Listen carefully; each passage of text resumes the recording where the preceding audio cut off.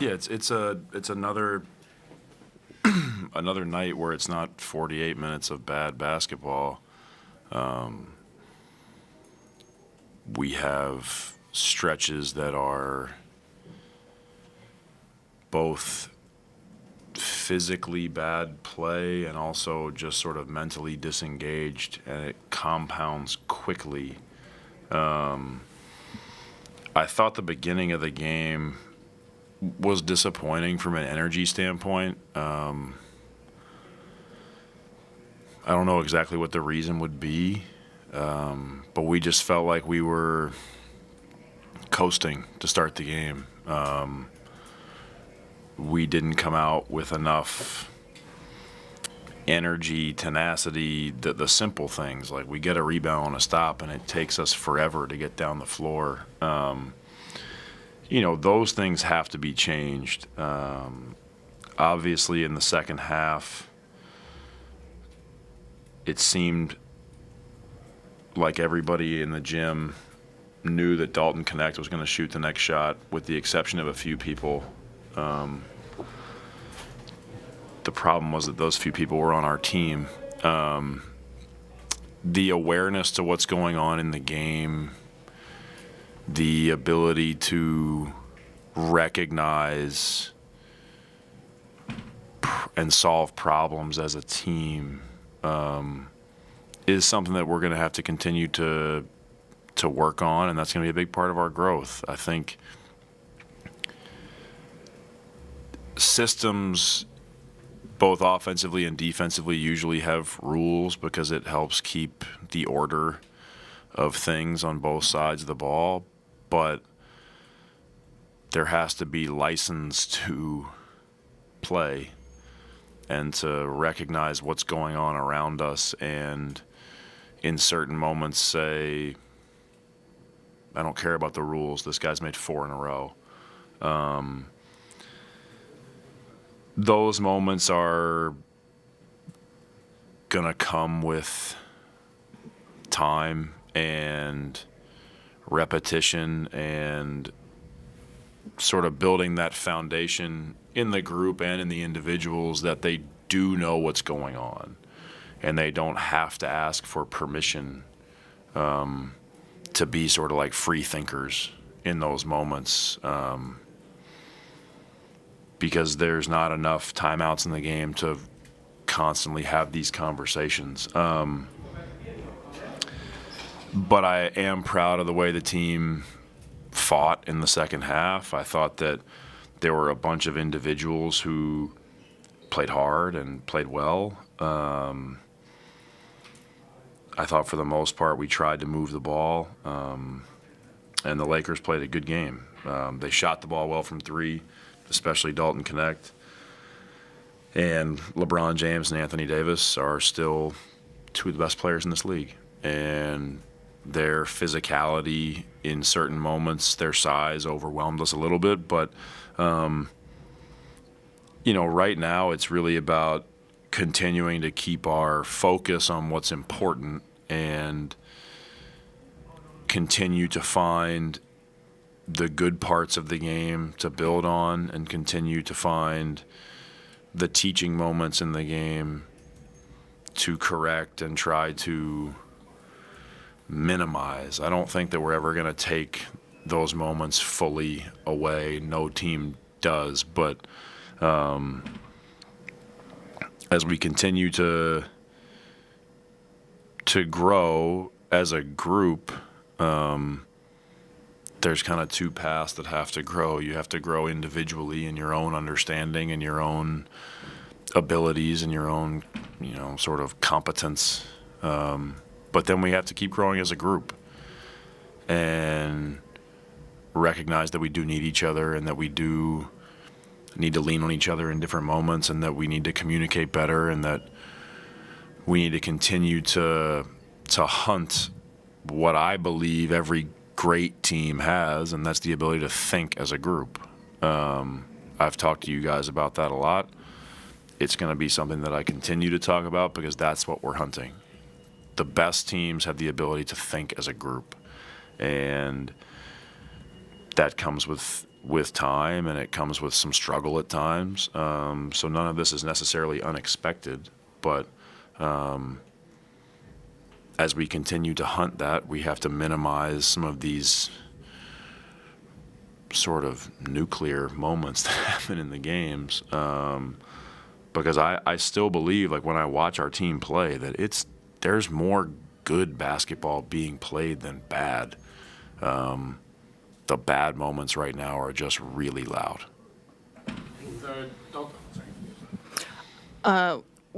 Last season, you talked about that quite a few times too, like the idea that needing to recognize the moment and maybe go against scheme if it means just stopping someone, right?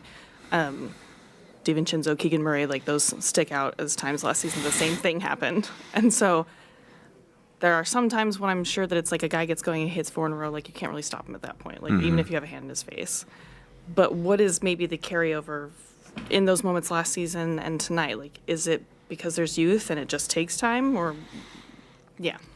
Yeah, I think that's a big part of it. You know, we had a bunch of young players on the court when it was happening, and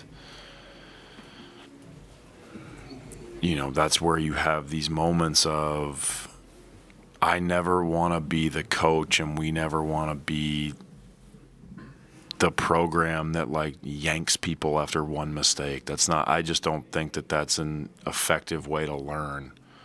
And so there's moments where you're sort of rolling the dice of like, okay, like I want these guys to feel this moment and to have some recognition, and we're communicating in the game, and can we fix it on the fly? The rolling the dice part is that we might not fix it on the fly tonight. But that's where we're at. Like, that's what we're doing. And so I can take some of the blame for what happened, for sure. Like, this is never me. I never come in here and like point the finger at the players. Like, we do this as a group, but those are the moments when you're trying to develop people and teach them that some of the best experiences lived, like you have to go through it some, and you're hoping like, okay, this next possession, we're going to get this right. And then when it doesn't happen, you being me, like you feel like an idiot because you're like, oh my God, like it really happened again. And so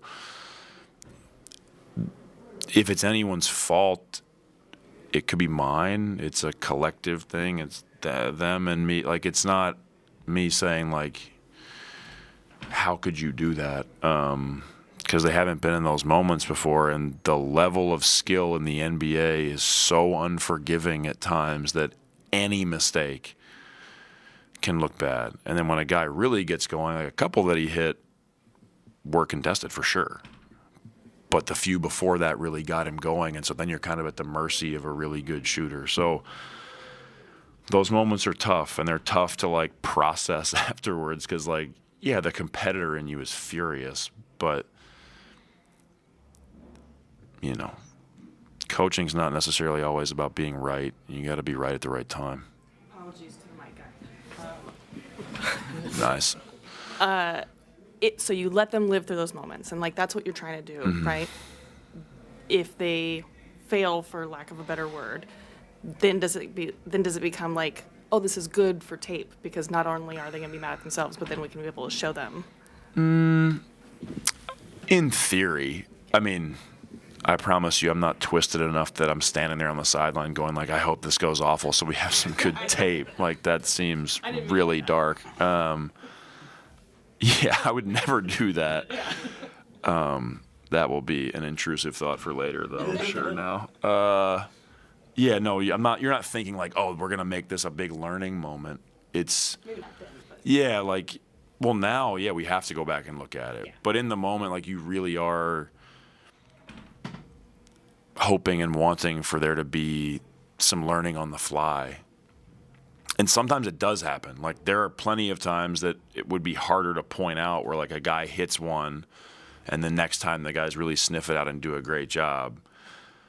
But those things kind of, like, go past everybody because you don't notice it because he didn't hit 4 in a row. But for us as a staff, we're going, like, that was growth. He recognized it, learned, and made an adjustment.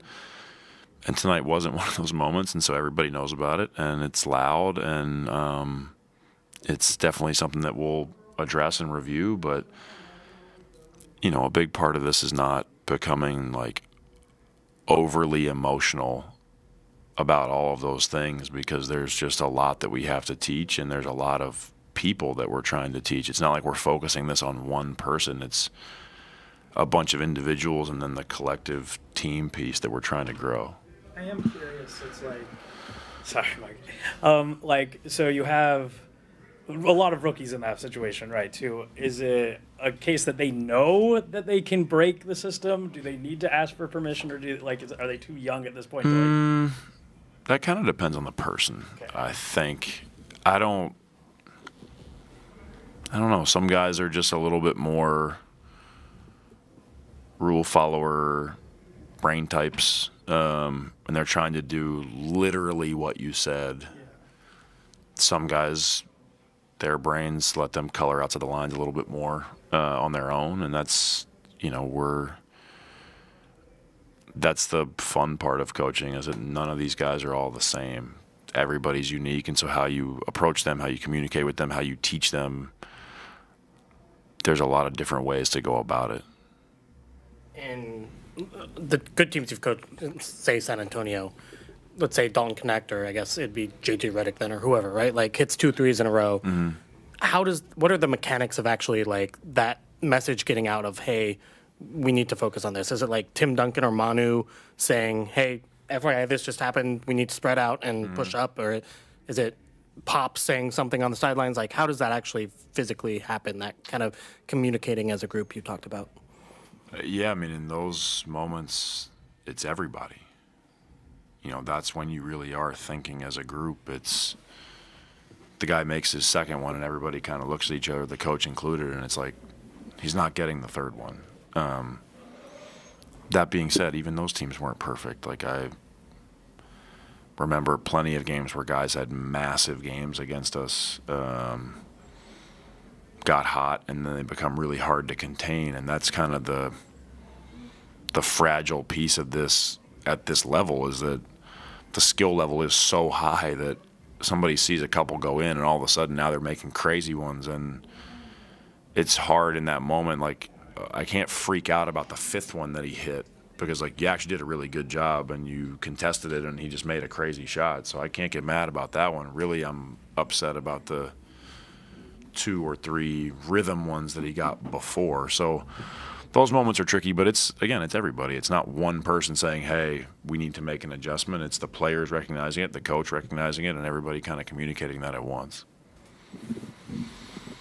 You kind of mentioned in the first half the urgency and stuff. You guys didn't come out how you wanted to. Do you think that's what affected the offense, kind of getting out of rhythm, it looked like, or just never really getting into a good rhythm? Yeah, we didn't generate force early in the clock at all in the first half. And that's where, when you play a team like the Lakers with their size and their physicality, like, if you're not really moving them quickly and generating force early in the clock, and they get to sort of sit back and just sit in the gaps, they're so big that it's hard to create an advantage. And then you're doing it with half the clock.